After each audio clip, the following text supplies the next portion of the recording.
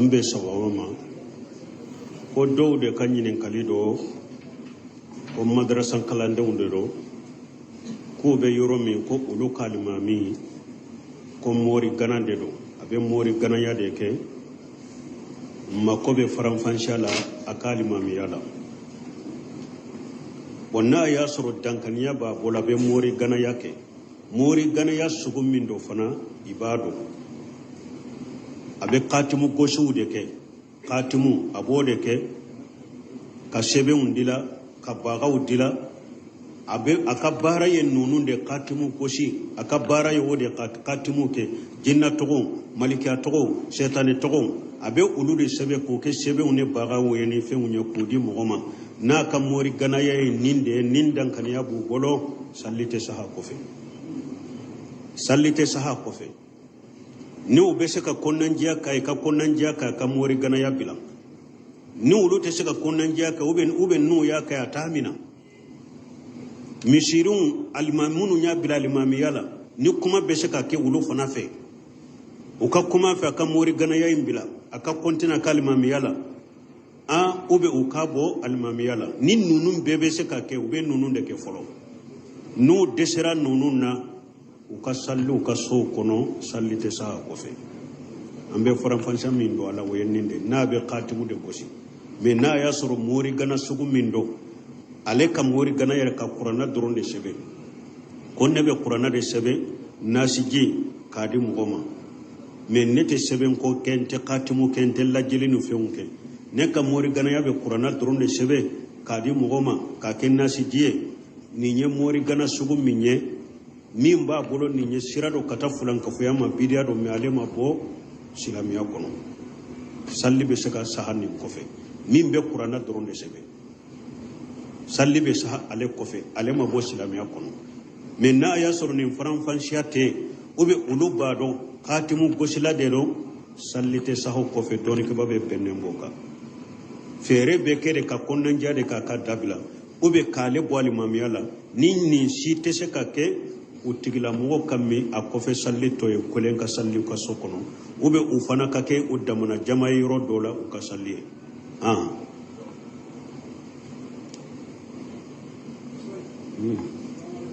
wa alaykum salam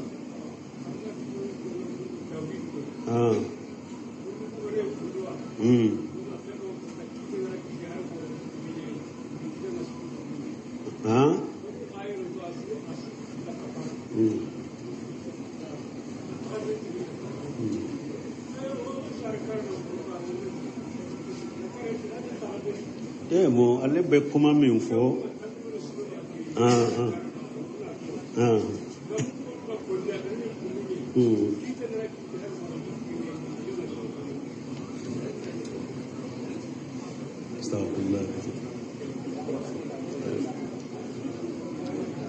alaka hakkin man dama ko ayem min fo akon ba ke ka kuma munun fo tauhidika kuma munun ba ke ka fo sunnaka ni nunun dede do qiyama segeli na agulila minye anka sisote ko bara bambolo de ay la milke bara bambolo de aw mbalbon ni ala sunna fana ko be nin jogo de la koy ande se ka be fo yere ka perpere latige parce que amba do ko do be yere nan kam banda bo akoro famu masama ko be nin jogo de la koy anga sisote odi ya to ni an kan nyana ma ya jogo yere laje ambe nyana ma ya jogo mi kallaje mimbe qur'ana kono mimbe hadisa kono mimbe ewa salafu saybo ka tabolo kono koy banan kan nyana ma ya jogo bila nyukon koro anni dina be ko mi sanni dugu silamiya to ko bannade me akko ahadigawa ambe ya aya de kono wala yadinuna dina li haqqi ambe dina kono de me dina cinyalamate koy dina cinyalamate ngo ode ya to nkwamba ke kam min fo bambanan kan alhamdulillah rabbil alamin amba fo pour kala tanuna ka kurajido mogola abake kan na fammin ke jinya fantanani tawhidi famula ani sunna famula ala yire de ba dando ngode ya to an kam go munum be kofe wakati be ka cibena ibake kam munum fo bamran kanda de fo ka fo maraka kande la sino marakaw babbalo chogo minna dina te koy anyuman tambolo de munum be fo bamran kanna ayu fo maraka kanna de ayu fo de ode ya to nanna na do man bake ka doni de fo folo an ka dirso maraka kanka har o yere nya fo chogo mi ni ko misiri kono munum be a chama ka taw sago de la e donna perpere la tigela dron donc bo baga be chaya de kumbiri baga be chaya de me wojo de bora kofe munum be misiri kono kana wulu la jede ba iriga mimbe illa meni kofe la ye ulul la je ka perpere la tige da manka famuso munum bu koro kana wulu la jede mogode makobe famula kene malada donc ode yato kuraji diramma ni min nye donka mbocha yawo yi bora itaro yi kumbirio yoro min kanka perpere latiga amba perpere latige min bi ni ka ereri ye yi ka bana ye ala yi deme imbese ka bonka bana la chogo min nye bana de nka bo chogo yiri nyini nyerela nka yele ma chogo yini nyerela alhamdulillah we kandai kataima oye alaka kandai katima oye alaka kanu katima men ni mo min nya do ni fora de men nete ninja tenyere la banaye nete junubula nebe nyana mo ya chogo mina ne fana ya takramo do de la huja jori kade ni tori ta ka cinya bangalen ko fe ye ni tori ta ka cinya melen ko fe i tori ta ka qur'ana menen ko fe hadisa menen ko fe sebo ta menen ko fe e banna ka yelema huja ti bolo la garade ka fonti gala nema amede ntiga ala masene made ayi okumate suri boro la garan ambe ala delide ala ka hinnana wode yato antumbe dina kono wode yato hari muso derisu sababula hari muso chamande dina fam ko ciyala mali sunna min tumbe ya mali e yere ka kuma antumbe islamiya kono ante foy bo foyla me ja huruba sunna de tumbe maliya sunna haqiqate huruba sunna har muso yere bo fo denye sisa huruba sunna fo bagaw aye wulu lameli dabila de munum be kuma salafiya ka ku lame huruba sunna foli anege bo awna sisa huruba sunna foli munye ikhwanu hijibiya uluka wajulu chogo anya fo chogo mi bombo si bawla finu tigelendo muso hijabulendo jogo be fo doro dolomi be fo doro tawhid fo sunnate fo shebo katabule te fo ulude to ko huruba sunna fo bagaw onko ambe mi fo mo wiye dina haqiqa de kanyini tawhidin kiden ka sunna jama kudu sabain katabulo ni ka famuka alaka hakin mandam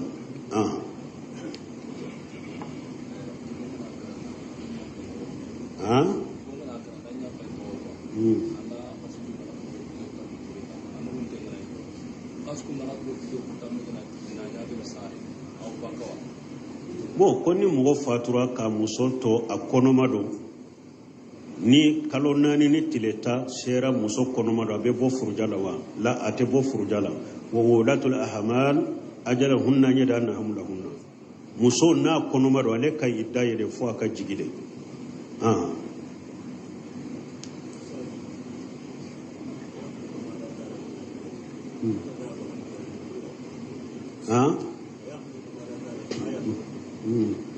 ويقلق ما تعلمون أنت مناك ولقيل ولبغال ولحميرة لتركبوها وجينة ويقلق ما لا تعلمون ألا قولي ألا أي صوت أوي أني فلبا أني فلي pour aka yeluka anu na kauma masiriye ne ala be fenda au temindo tumami ala be kuma kurana kono akuma na makanka uye ube yelenan ka fe munun do ani yelenan ka fe munun misaliya bubolo aye ulu de fuye me ute munun do a misaliya to boloye ala mo ulu fo makanka uye ayake gorobaliye o yaghluqu ma la ta'lamun parce que ute mindo a misaliya to boloye ni ala ya fuye utena fam utena tasinaye utena wajulu soronay wala ube munundo yele nan ka few na tumame ala yo fo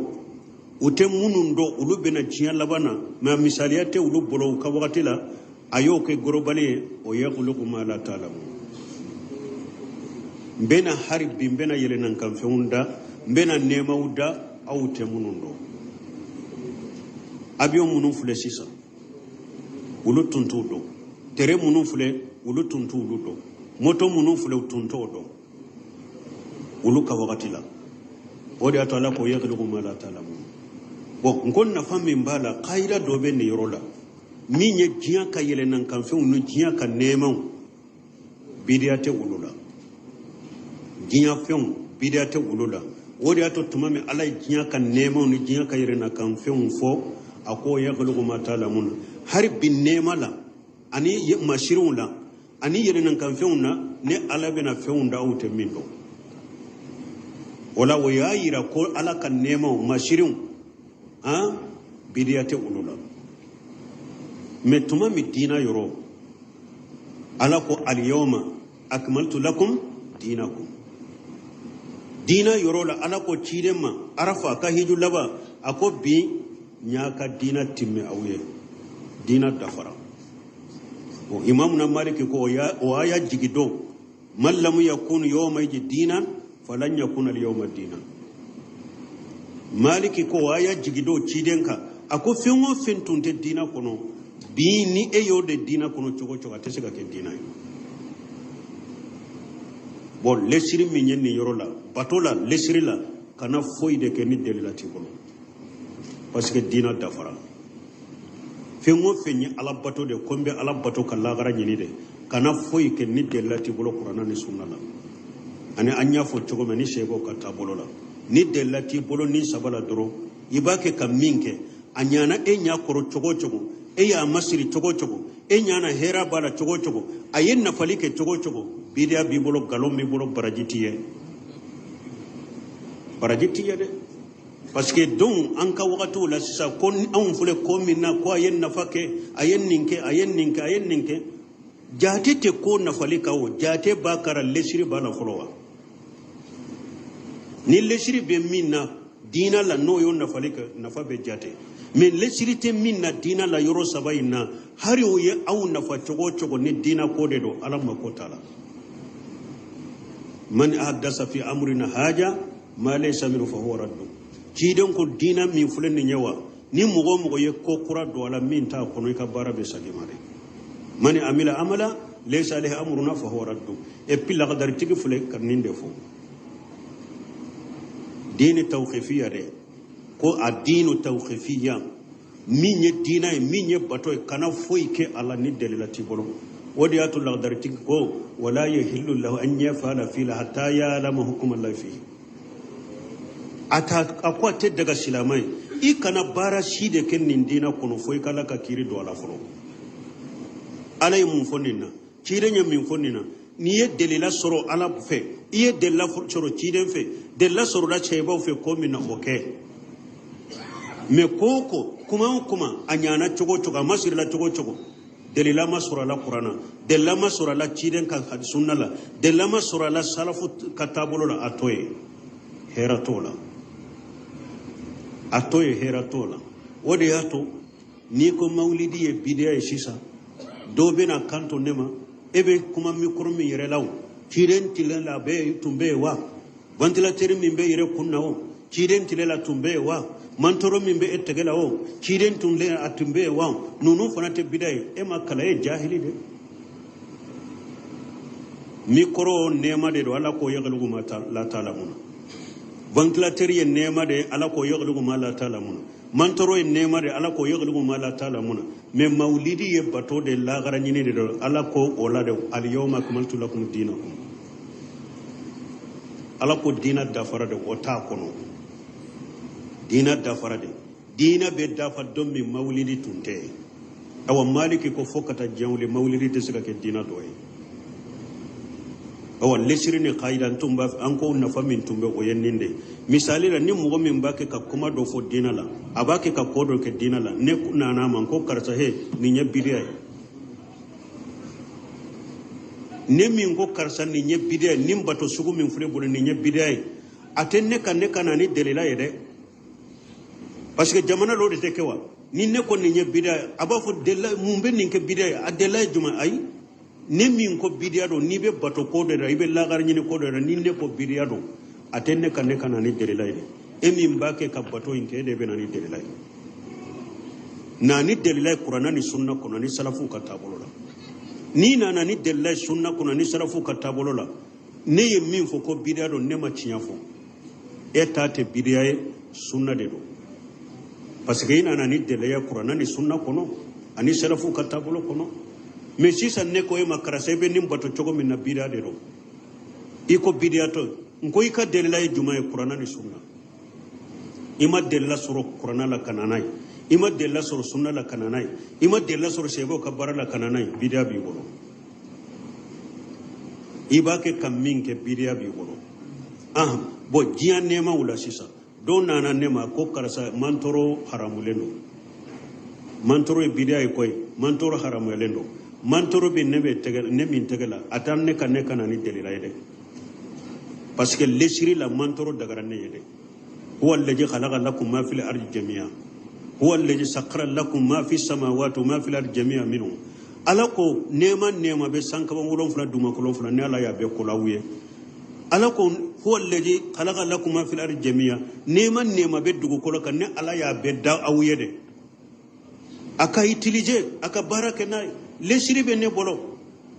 ala ye nema la daga nere ala ye mantoro la daga nere e min ko ne kam mantoro haramale be nani delade ni nana ni delaya qur'ana ni sunna kuna be haramu yambolo ani sarafu katabolo men ni man nana de ni delila ye qur'ana ni sunna kuna min be ne kam mantoro haramu ya ne de be lesirika awa nunun ka fam ninde al yawma akmaltu lakum dinakum ani o yakhluqu ma la ta'lamuna nin differentiate ni nunu be qaida fula da ira wodi ato dondo la chide nana madina ayasro madina kaw tamaro barake lawdeno ubeta tamaro muso tamaro che ubeta yire tamaro ka kata tamaro che kantige kana yele tamaro muso ka kata sirala ado yele to yijigi to ibe bi seumbe kari bolo be kar do be sayre chide nana madina yo soro ben ninke ayado danje bala ako he madinan kaw ayen nin toy ni ala ya lattige tamaro ka denga be denga hanna man ninke mugo yele to jigito be shika bibe yoro do be karibe sa ayen nin toy madinan kaw ya toy o sa ube minke tamaro lo make tamaro ma denke awa ciren ko antum a'lamu bi amri dunyakum akwa de lamin na ka tamaro ko la ya ka yere de baka jiya ko do aka jiya bara chogo aw yere de bodo abe min ka tamaro la ayo ke wala jiya ko ani dina ko kele wunta de duna kan nema wula ulu dagara nyede wo yeglu mala talan bidia te wulula bidia be bato ko de la bidia be dina ko de la mo kan nin di farasu fana fam nyame salli gille ube wakati min docteur nu ko doye nyinin kalike ko docteur muso iba soro docteur muso ma be ke groupe ye kata burso la kata furakeli ke kata furakeli ke mana ini jumra metita obe chogodi ko obe chogodi parce que kanyi nin kaliye minye nkuma naka nko chiden de ko la tusafir al mar'ati illa ma jumra chiden ko muso akoy kana tama fengo fen fora ko tama don ke bawo ko e wa tama ni abe kilo bisegi bo uba fode mako tama ube mimbe kilo bisogi kakata wore toko ko tama chiden ko muso kanu ode ke nini jumra mitenyo fe na chogo dola muso limanani alay ani dollaba ikana tama nini jumra mitenyo fe awa chide ma muso bo muso la ninno nye dogotoro muso ye o nye muso were ye o tanke ye telemanke ye muso koni de chiden de ko muso kana tama ni jumra mitala anyo fo hari hiju obe furakele farda fiju yere fulala yere ka hakke farda fiju kidon ko muso kana tala ni jumara mitala janko ko eye dogotoro e ko ebe ta furakele ke burusula yala be daga ka tama ni jumara mitila ba ate daga ka tama ni jumara mitila abede be hadisa in kono cire ma muso bo musola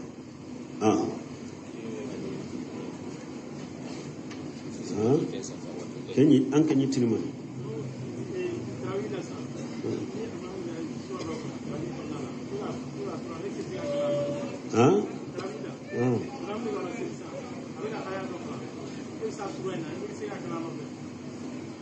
ko almami tarawih la almami bake ka sora do kala ebe se sora inna ebe se ka kala nofe wa ay ita kala nofe na bora fatiha la almami kofe mogo sallim min be bange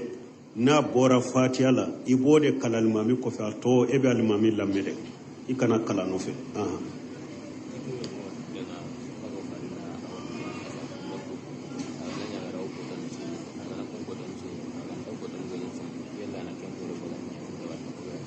bo ko ni banabagato sungalo jole aye don do sun mais a desera don do la a desera don munu na be mure bode ke ba be munke ay mure bote na fulo banabagato ye fula de sariala banabagato ni e jigi bala bana min bina abena keneya si sare banabagato ron tese ka sun mais njigi bala bena keneya banabagato be nin chogola ebe jurude ta ete mure bode ebe sungalo jurude ta ni kene yara wakati mi ibasara banabagato chogo fulana bana dobe mugola komi kanseru na nyogona ala kankisi nulu be mugo minna atese ka furake e jigita furakeli la ewa itese ka sufana nunun de be mure boke eta ebe mure bode ke wala banabagato ye chogo ya fulade ka fon bana nendo ntese ka su me mure boba ay bana o bana ni jigi bala kuy bena furake bi yere soro hari no kera sungalo fura sabare bu jurudeta ni kene yara bu sara doni boni bana min kera e jigi te furakele la sa ite se ka su fana mure bo beke odela subhanakallahumma rabbana bihamdika ashhadu an la ilaha illa anta astaghfiruka wa atubu ilayk ambe sawama ko dow de kanyinen kalido ko madrasan kalande undero ko be yoro min ko ulu kalimami ko mori ganande do abe mori ganaya de ke makobe faramfanshala akalimami yala wonna ya suru dankaniya ba bola be mori ganaya ke mori ganaya sugum min do fana ibado abe katimu goshu de ke katimu abode ke ka sebe undila ka baga udila abe akabara ye nunun de katimu koshi akabara ye wode katimu ke jinna togo malikiya togo shetani togo abe ulu de sebe ko ke sebe unne baga woyeni fe unye kudi mogoma na ka mori ganaya ye ninde nindan kan ya bu golo sallite saha kofe ni ube se ka konnan jiya ka mori gana ya bilan ni ulu te se ka konnan jiya ka ube nu ya ka ya tamina misirun almamunu nya bilal mamiyala ni kuma be se ka ke ulu fana fe o ka kuma fe ka mori gana ya imbila aka kontina kalimamiyala ube ukabo almamiyala ni nunun bebe se ka ke ube nunun de ke folo nu desera nunun na uka sallu uka so kono sallite saha kofe ambe faramfansa min do ala woyenninde na be khatimu de gosi me na yasoro mori gana sugu min do ale ka mori gana yer ka qur'ana doronde sebe konne be qur'ana de sebe nasiji kadi mugoma me nete sebe ko kente khatimu kente lajilinu feunke ne ka mori gana ya be qur'ana doronde sebe kadi mugoma ka ken nasiji ni nye mori gana sugu minye min ba bolo ni nye sirado kata fulan ka fuyama bidiya do me alema bo silamiya kono salli be saka sahani kofe min be qur'ana doronde sebe salli be saha ale kofe alema bo silamiya kono men na ya soro ni faran fanshiate obe uluba do katimu gosila de do sallite saho kofe doni ke babe benne mboka fere be kere ka konnan jade ka dabila obe kale bo alimamiyala ni si tese ka ke utigila mo kammi a kofe salli to e kolen ka salli ka sokono ube ufana ka ke udamana jamay ro dola ka salli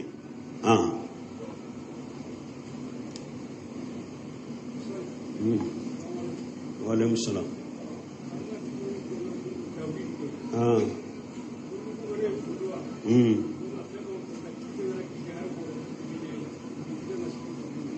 ah mm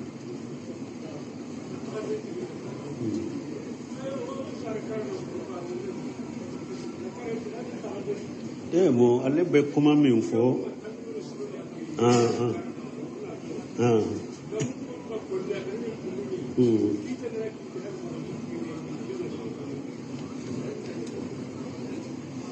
Estağfurullah.